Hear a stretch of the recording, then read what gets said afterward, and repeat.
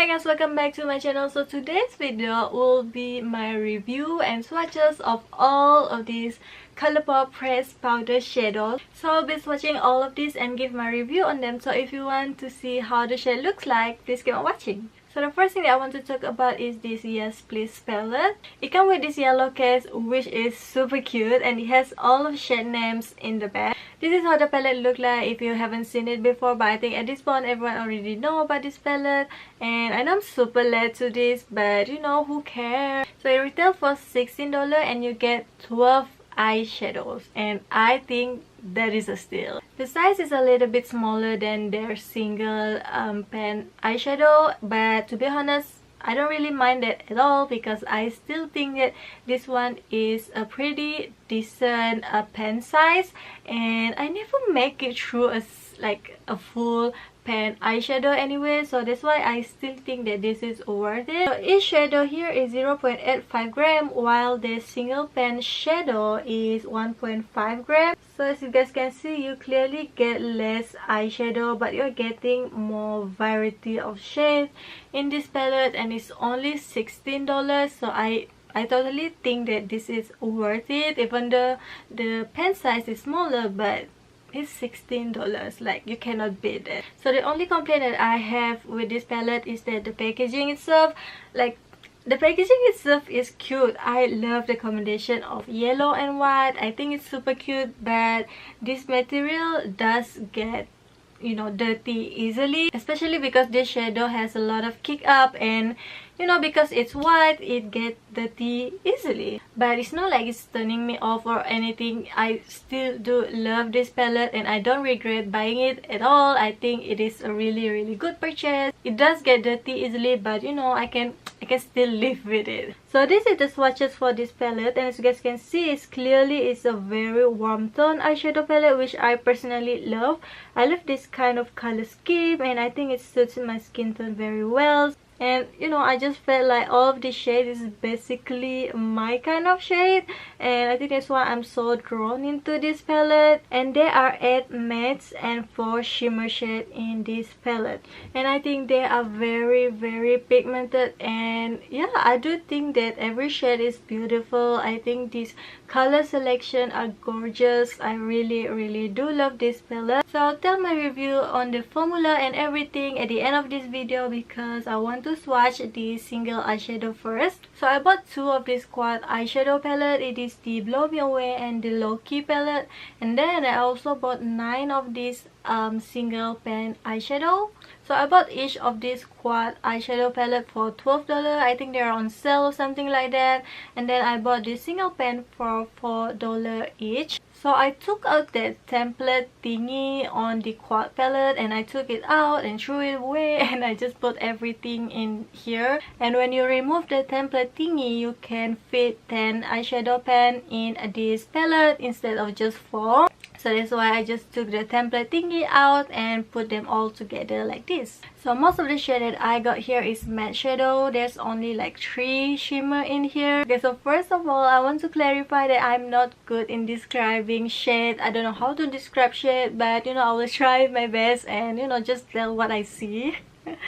So the first shade is called Take It Slow. It's a light champagne shimmery shade, which I think will look pretty for inner corner and eyebrow highlight.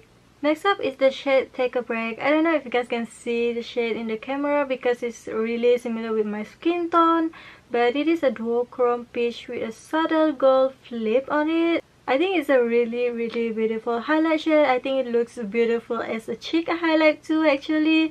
And yeah, I just think it's a really gorgeous shade. So the last shimmer shade that I got is called Come and Get It. It is a duochrome rose gold shade. It has that rosy undertone plus that lovely gorgeous gold shift to it. I think it's absolutely stunning, and I think it is really similar with that one shade from Jaclyn Hill palette. You know what, I think I'm going to take the Jaclyn Hill palette and check it because it's really similar. So this is the Jaclyn Hill palette, and the shade just now remind me a lot of this shade right here.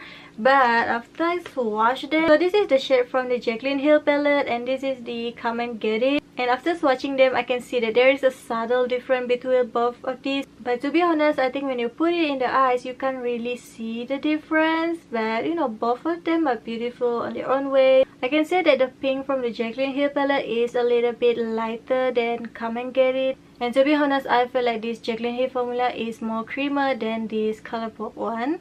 This next shadow is called Eyeshadows. It is matte and it's kind of like a light peachy shade, which I think will look pretty for a base or as a transition shade. This shade is called Running Late. It is a peachy yellow transition shade, which I think it is a staple if you love to do a warm neutral eyeshadow look. It is my favorite, one of my favorite shadows in my collection. I love it so much, and you know, I just think that this is a staple, everyone need it. So this next shade may be my favorite out of all of them. It is called Wake Up Call. It is the most pretty pinky brown shade. I think it is a staple transition shade. It is creamy. I love it so much. It's so pretty, and it is really similar with MAC's Soft Brown that I personally really love. Let me take, like, I love MAC's Soft Brown so much. It's my favorite matte shadow out there. My favorite. So this is MAC's Soft Brown and this is Wake Up Call. They are a little bit different, but they kind of have the same vibes and it does look similar on the eye. But I feel like this MAC's Soft Brown is more warmer and a little bit pinkish than Wake Up Call. I love both of them, but if you ask which one I love more, which one I prefer more, I would say Soft Brown, because I just love there is a more pinkish shade inside here. But you know, still I love both of them, but I just prefer this one a little bit more. The next one is called Made to Last. It's a beautiful dusty mauve shade. I think it's the perfect transition shade for purple look, and if you love cool tone eyeshadow, you will love this one. So tired. This one is also a beautiful shade. It is called I Owe You. It's a pretty muted orange shade. I used it in my last mini tutorial. It is very creamy, just like all of them. They are all very creamy, by the way. I think I didn't mention that just now, but all of them felt creamy. This shade is called Not Too Soft. It has the perfect warm terracotta undertone, but it's still brown. And actually, this shade is in the Yes Please palette. So I basically got two of the same shade here, but you know, since it's beautiful, I don't mind that. And if I have to pick top 5, this totally will be in it. Next one is called Top Notch. It's a pretty brown with red undertone. A lot of people say that it is a dupe for the famous makeup geek Cocoa Bear. I don't have that shade, so I cannot compare them, but what I can say that I really do love this shade. I think it's really suitable for the grungy eye look, especially during fall and winter right now. So that's why I really do enjoy this shade. Moving on to the coral shade, which is what I am most excited about, to be honest. I don't know why. I don't own any eyeshadow palette that has any coral shade on them, and that's why I purchased them from Colourpop, because I think there is not a lot of eyeshadow palette out there that has coral shade on them, which I don't know why. I don't know why I don't own any coral eyeshadow shade before this. So that's why I purchased some of them. Some. I didn't purchase a lot. I just bought some of them. This shade here is called Centerfold. It is a neon coral shade, which I think will look good on a monochromatic kind of look, and I did use a little bit on the outer corner of my eyes. So this next shade is also a bright shade. It is called Slim Fit. It is a matte hot red coral shade, which I think will pair well with the previous shade just now. This one is called Wait For It. This one is another favorite of mine. It is a beautiful pinky peach shade and I am obsessed with this shade. I mean, look at that. It's magical. I used them on my eyes today and I love them. Love, obsessed.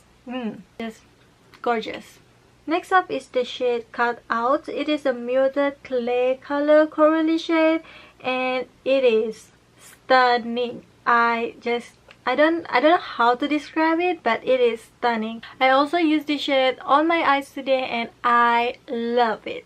love, love, love. So this next one is called Crisscross. It is a reddish warm tone shadow and it is insanely pigmented.